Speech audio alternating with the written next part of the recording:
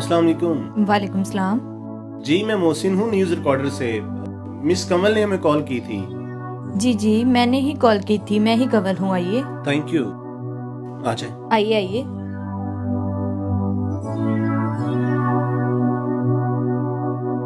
जी आप बता रही थी कि आपका शौहर आपको मारता है, पीटता है, गाली गलौज करता है, गुस्सा करता है।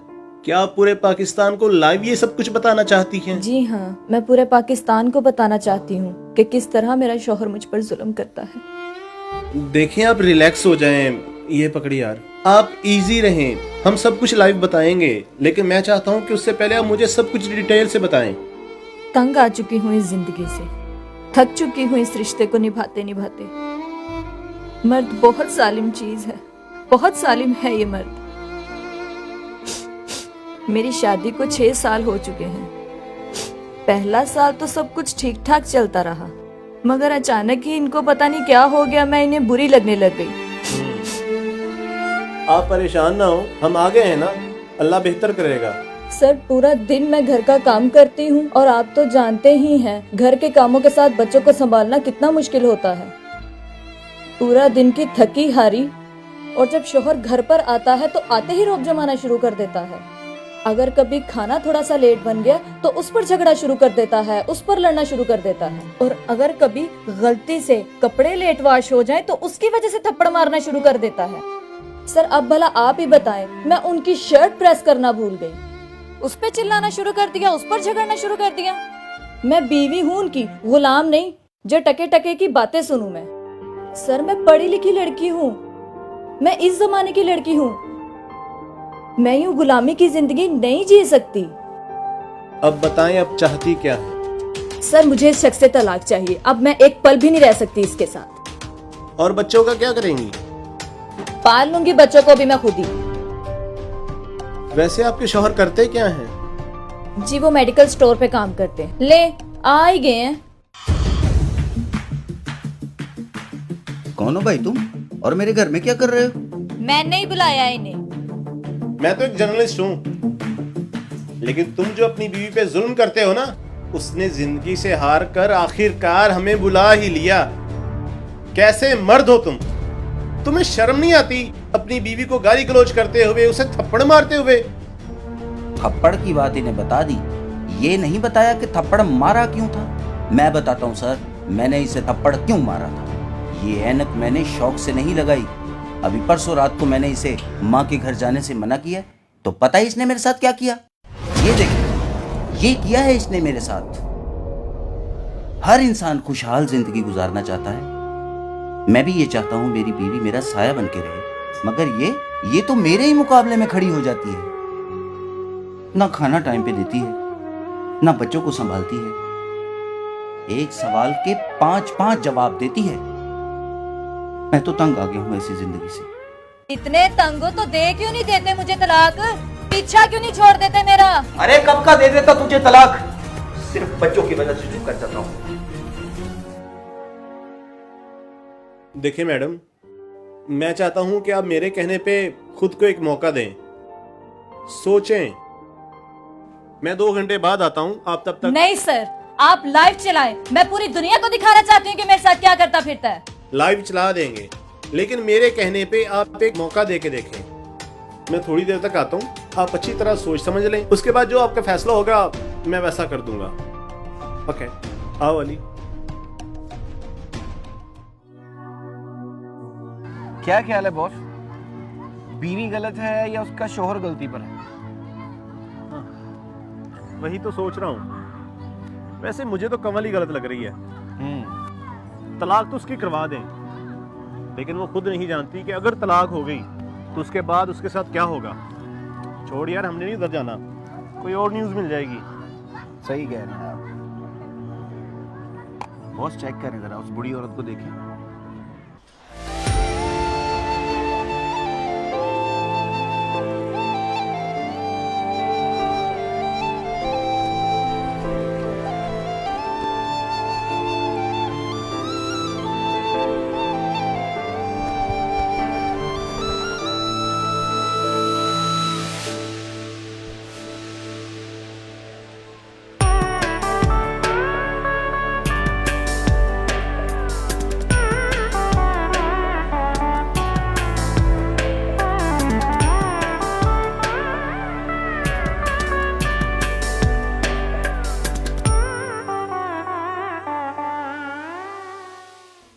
क्या कर रही है? चल आप पूछते हैं इससे।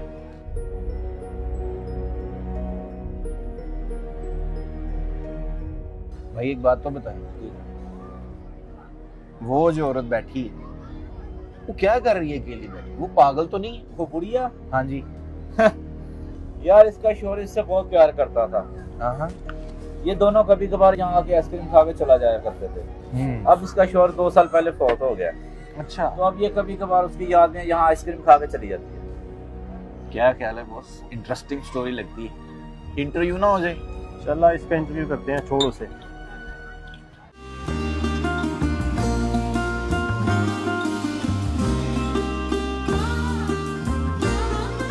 अस्सलाम वालेकुम माँ जी।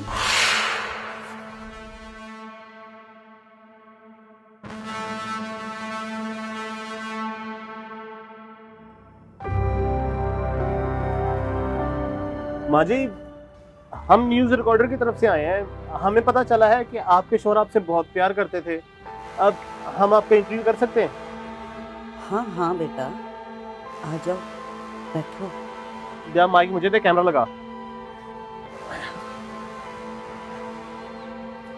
माँ जी, आपने अपने शौहर के साथ शादीशुदा जिंदगी कितने साल गुजारी? 50 साल बेटा। 50 साल। और इसमें आपका झगड़ा कितनी बार हुआ? एक बार भी नहीं हुआ। क्या एक बार भी झगड़ा नहीं हुआ? इनका झगड़ा हुआ नहीं और उनका झगड़ा रुकता नहीं। क्यों ना मैं माँ जी का इंटरव्यू उनके सामने करूं, ताकि वो माँ जी से कुछ सबक हासिल करें। माँ जी, अभी हम एक जगह से इंटरव्यू करके आए हैं। उनके घर में लड़ाई ही नहीं खत्म होती। लड़की अपने शौहर से तलाक मांग रही है। आपकी 50 साल शादीशुदा जिंदगी में एक बार भी झगड़ा नहीं हुआ। मैं चाहता हूँ अगर आपका मैं यही इंटरव्यू उनके सामने करूँ, तो शायद वो लड़ना कम कर दें, उनके झगड़े खत्म हो जाए।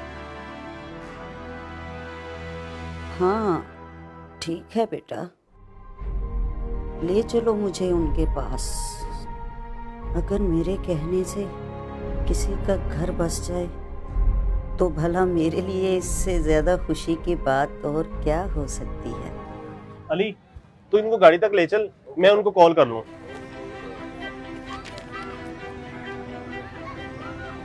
हेलो जी, हम आपके इंटरव्यू से पहले उनका इंटरव्यू चलाएंगे कि एक शख्स अपनी बीवी के साथ इतना प्यार कैसे कर सकता है। उसके बाद हम आपका इंटरव्यू लेंगे। अगर आप कहती तो मैं ले आऊँ आपके घर। चले ठीक है, ओके।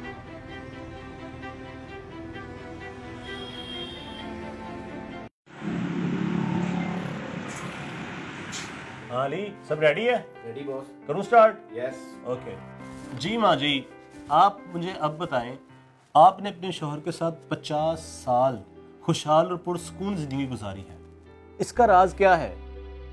क्या आपके पास बहुत मालो दौलत थी, या आप पढ़ी लिखी थी, या आप खाना बनाने में बहुत माहिर थी? देखो बेटा, शादीशुदा पुरसकून जिंदगी का दारोमदार अल्लाह की तौफीक के बाद औरत के हाथ में होता है। औरत अगर चाहे तो अपने घर को जन्नत बना सकती है, और अगर चाहे तो उसके बरक्स जहन्नम भी बना सकती है। ऐसे में आप मालो दौलत का नाम ना लीजिए। बहुत सारी ऐसी मालदार औरतें हैं जिनकी जिंदगी जीरन बनी हुई है, शौहर उनसे भागा भागा रहता है, और खुशहाल जिंदगी का सबब औलाद भी नहीं है। बहुत सारी ऐसी औरतें जिनके 6-6, 7-7 बच्चे हैं,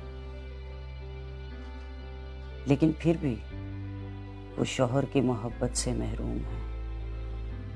यहाँ तक के बाद तलाक तक पहुंच जाती है। इसके लिए पढ़ा लिखा होना भी जरूरी नहीं है।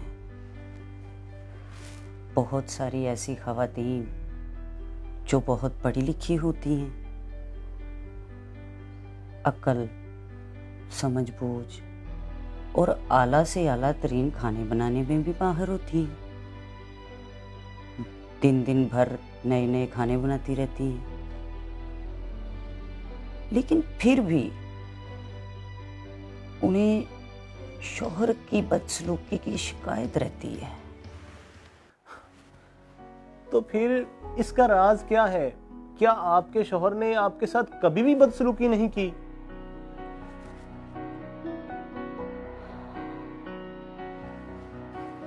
मुझे याद है जब हमारी नई नई शादी हुई थी, एक दिन मेरे शौहर आए, काम से थके हुए थे, मुझे कहने लगे चाय बना दो। मैं उस दिन कपड़े धो रही थी और मुझे हल्का सा बुखार भी था। मैं बेध्यानी में चाय बनाकर उनके पास ले गई।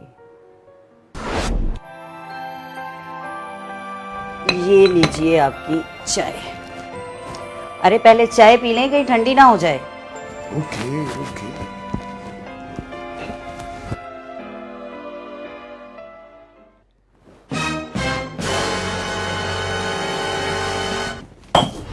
तुमको समझ क्यों नहीं आती? 1,00,000 बार कह चुका हूं कि मेरी चाय में शुगर कम डाला करो। ध्यान कहाँ होता है तुम्हारा? और तुम्हें अब लिख के दे दूं?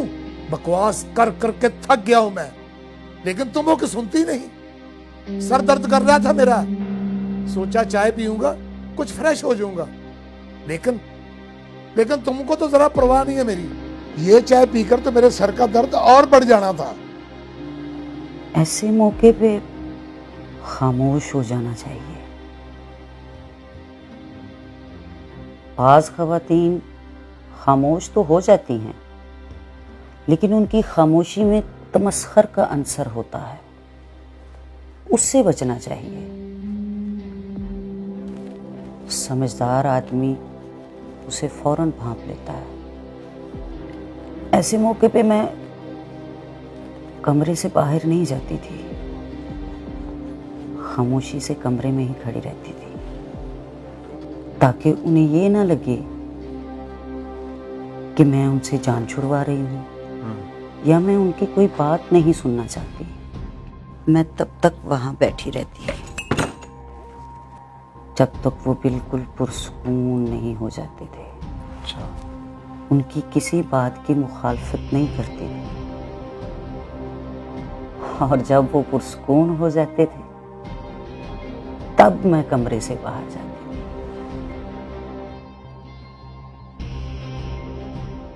तो फिर तो आप उनसे नाराज हो गई होंगी, हफ्ता डेढ़ उनसे बात नहीं की होगी, या फिर क्या किया था आपने?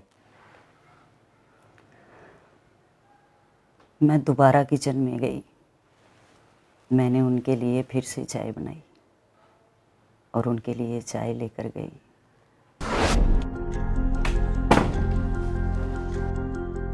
ये देखें, मैं आपके लिए दोबारा चाय बना लाई हूँ। ले जो चाय, मैंने नहीं पीनी। मुझे पता है आपको चाय की जरूरत है जनाब, मेरे सरताज, मेरे मजाजी खुदा। आपके सर में दर्द था तो मुझे पहले बताते, मैं दूध गर्म करके ले आती। आप ना अपना बिल्कुल ख्याल नहीं रखते। एक मैं भी पागल ही हूँ, पहले आपके सर में दर्द था, ऊपर से मैंने आपका मूड खराब कर दिया।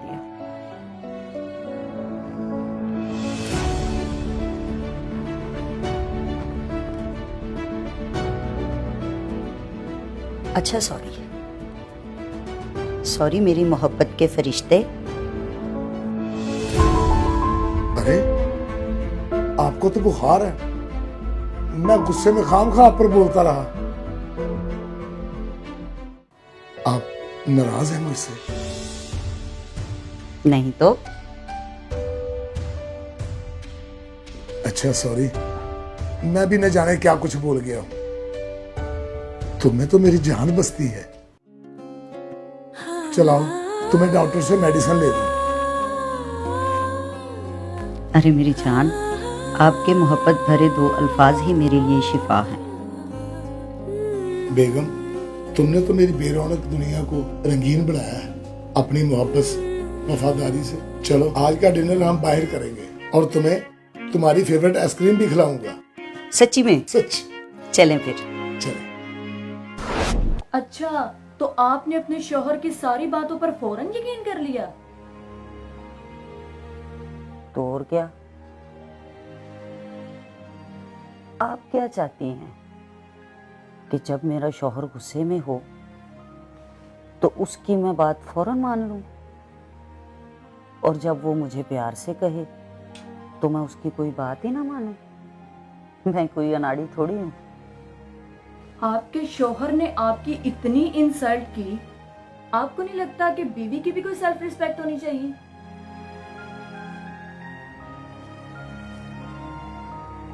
पहली बात तो ये कि मेरी इज्जत नफ्स उसी वक्त है जब मेरा शौहर मुझसे राजी हो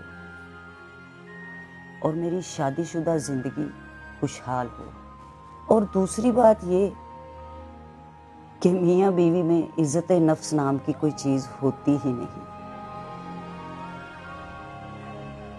जब शौहर और बीवी एक दूसरे का लिबास हैं तो फिर कैसी इज्जत नफ्स, कैसी अना, कैसा गुरूर, कैसी नाराजगी। एक लम्हे के लिए सोचो,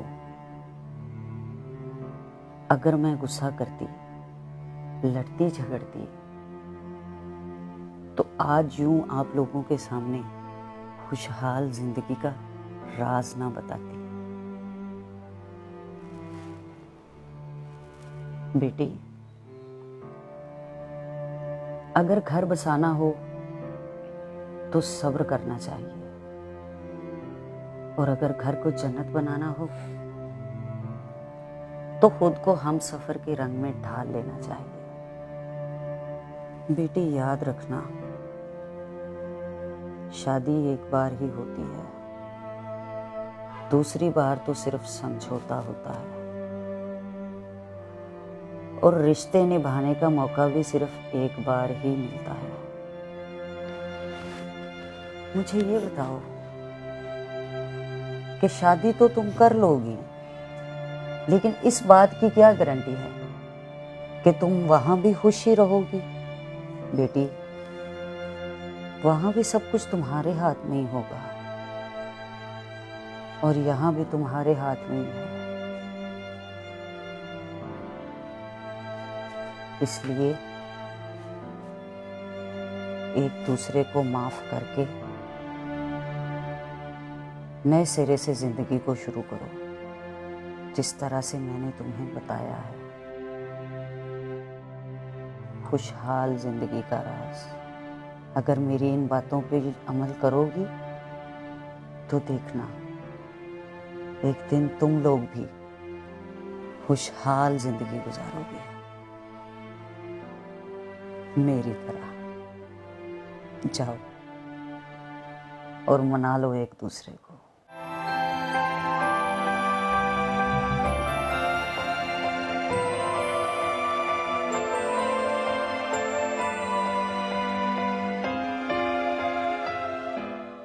हाँ ली ओके। खुदारा बर्दाश्त करना सीखें, एक दूसरे को माफ करना सीखें, गुस्से, अना और गुरूर में एक दूसरे की वफा को पामाल करना छोड़ दें। ये वीडियो जो भी देख रहे हैं, अगर वो अपने हमसफर से नाराज हैं या तलाक की बात कर रहे हैं तो खुदारा छोड़ देना नफरतें, भूल जाए सब तलखियां, और एक दूसरे को माफ करके एक छोटा सा लफ्ज़ सॉरी है वो बोलकर एक दूसरे का हाथ थाम लें। जिंदगी बहुत छोटी है।